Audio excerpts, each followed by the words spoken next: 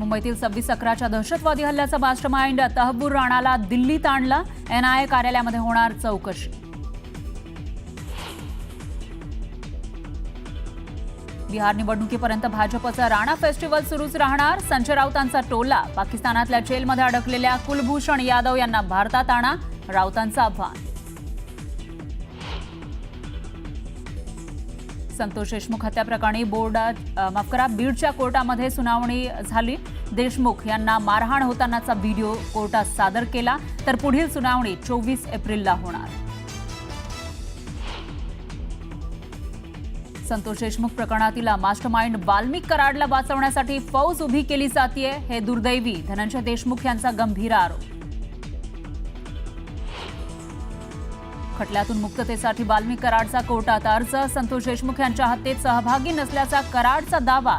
तर मकोका अंतर्गत वाल्मिक कराडची संपत्ती जप्त करा, निकम यांची कोर्टात मागणी.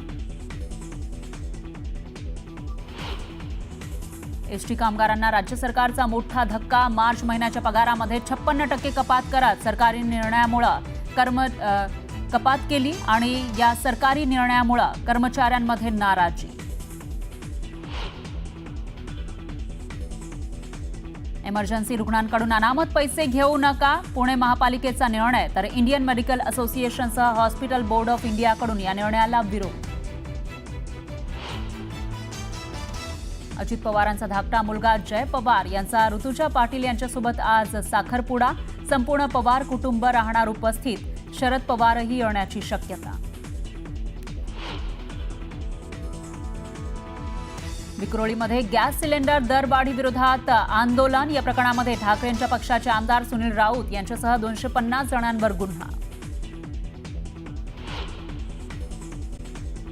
आणखी एक मोठी बातमी आहे. एसटी महामंडळातील कर्मचाऱ्यांना पुन्हा एकदा आर्थिक अडचणींचा सामना करावा लागणार आहे. मार्च महिन्याचा पगार फक्त 56%च देण्यात आला आहे. इतकंच नव्हे तर सुरक्षा रक्षकांना फक्त 50% पगार मिळणार आहे. त्यामुळं आता कशा पद्धतीनं आपलं जीवन भागवायचं असा सवाल त्यांच्या समोर उभा राहिलेला आहे. महामंडळाच्या कर्मचाऱ्यांचे वेतन भागवण्यासाठी दर महिन्याला 277 कोटींची आवश्यकता असते, पण सरकारकडून फक्त 272 कोटींचा निधी मिळालेला आहे. त्यामुळे हे संकट निर्माण झालंय. याविरोधात एसटी कर्मचारी आक्रमक झाले. तर अर्ध्याच पगारामध्ये घर कसं चालवायचं असा सवाल एसटी कर्मचारी आणि त्यांचे कुटुंबीय विचारतायत. तर सध्याची स्थिती काय आहे ते आपण जाणून घेऊयात. पगार जर समजा 30,000 रुपये एखाद्या कर्मचाऱ्याचा असेल तर त्याला अर्धा पगार म्हणजे 50 ते 16,000 रुपये इतकीच मिळणार. महिनाभर काम केल्यानंतर हा पगार मिळेल आणि त्या पगारामध्ये अर्ध्या पगारामध्ये किराणा, मुलांचं शिक्षण कसं करायचं असा सवाल या एसटी कर्मचाऱ्यांच्या कुटुंबासमोर आहे. तर घरातले वैद्यकीय खर्च, गॅस, लाईट बिलं कशी भरणार असाही सवाल त्यांच्या समोर आहे. आणि त्याचबरोबर जर घर घेतलं असेल तर त्या घराचे हप्ते कसे फेडणार असाही सवाल त्यांच्या समोर उभा टाकलाय.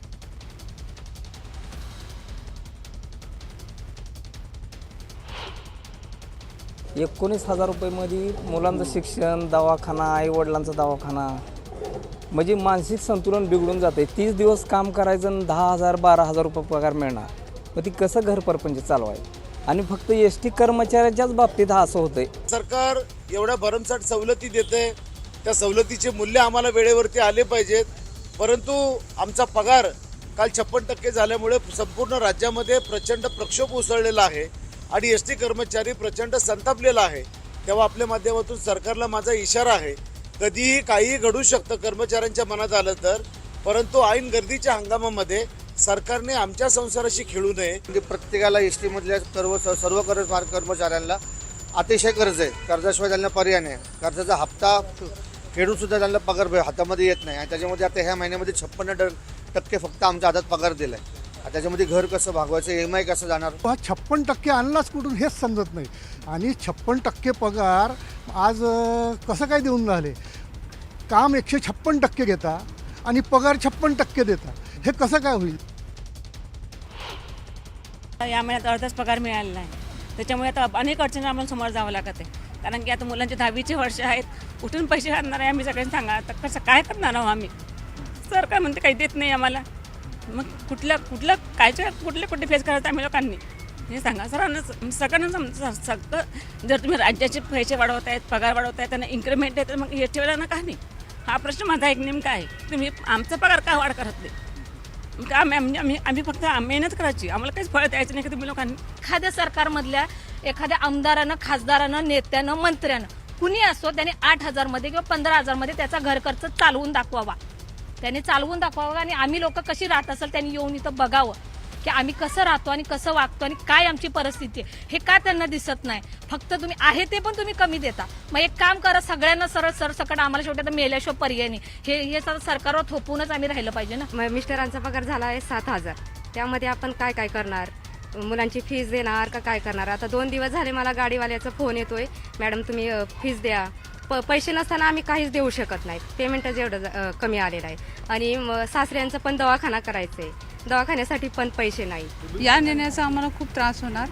आता मुलांची ॲडमिशन झाली, या फीज म्हणजे या पगारामुळे आम्ही घर चालवायचं, मुलांचं शिक्षण पूर्ण करायचं की आमच्या आर्थिक गरजा पूर्ण करायच्या, खूप अडचण जाणार आहे आम्हाला यावेळेस. सरकारची ऐपत नव्हती तर नवीन योजना दिल्या कशाला? एस.टी. कर्मचाऱ्यांच्या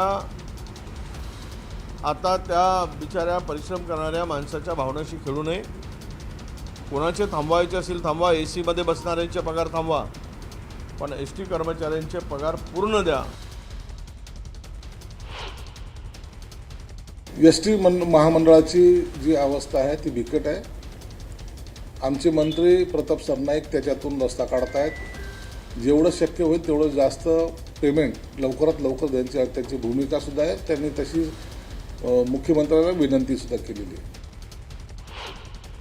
व्यवस्थापकीय संचालक श्री कुसेकर साहेबांशी बोललो आणि कुसेकर साहेबांना मी सांगितलं की कष्टकऱ्यांना थोडं वेदनादायी आहे वाटतंय.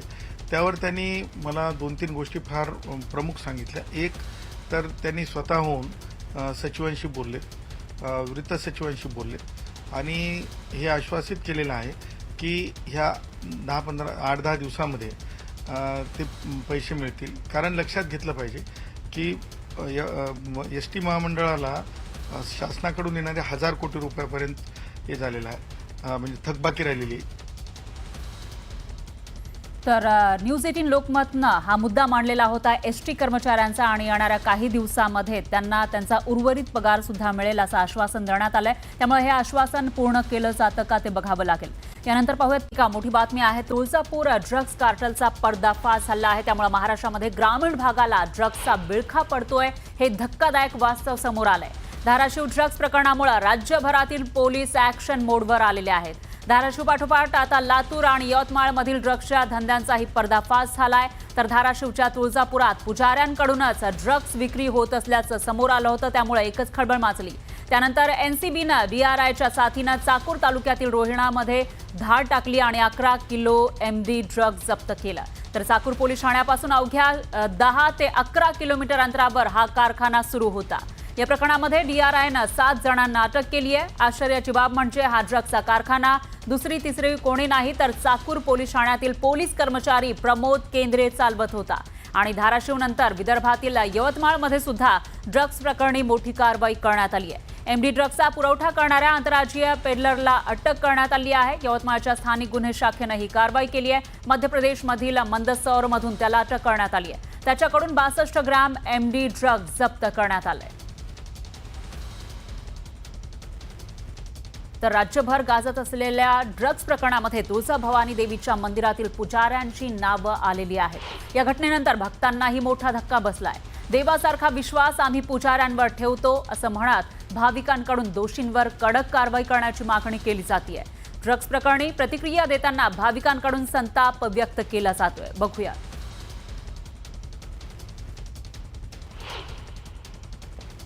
आम्ही श्रद्धेने येतो त्या ठिकाणी, भक्तीनं त्या माता देवावरचा विश्वास उठतो. अशा लोकांना लगेच म्हणजे काय कारवाई झाली पाहिजे. या देवाच्या ठिकाणी नाही व्हायला पाहिजे. हे पवित्र स्थान आहे, 3.5 शक्तिपीठापैकी एक आहे.